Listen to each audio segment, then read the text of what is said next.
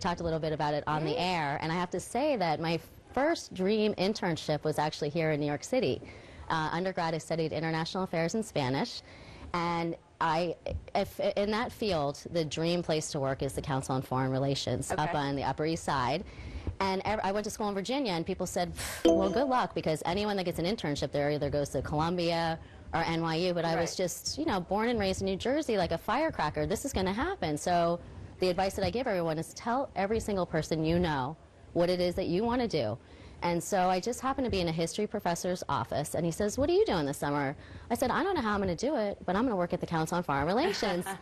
And it happened to be that another history professor was in his office, and he said, you know, I served in the war with the president of the Council on Foreign Relations. Do you want me to write a letter for you?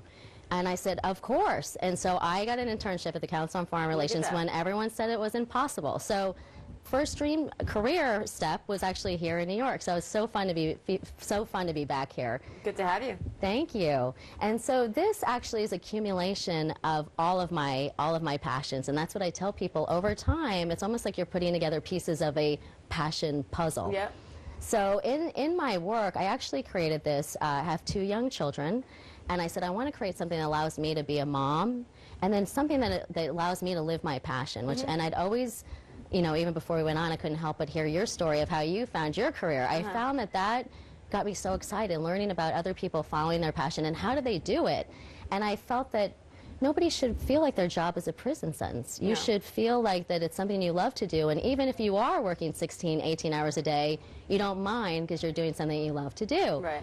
So I created this originally thinking I would be a career counselor, and that was all I had planned to do. And it was so funny because I loved doing it so much that things just kept evolving. I would tell people, I can't give you all your answers. You need to go read another career book. And they said, well, I don't like any of them out there. They're too hard. Right. I said, what do you want? And they said, an easy-to-use workbook.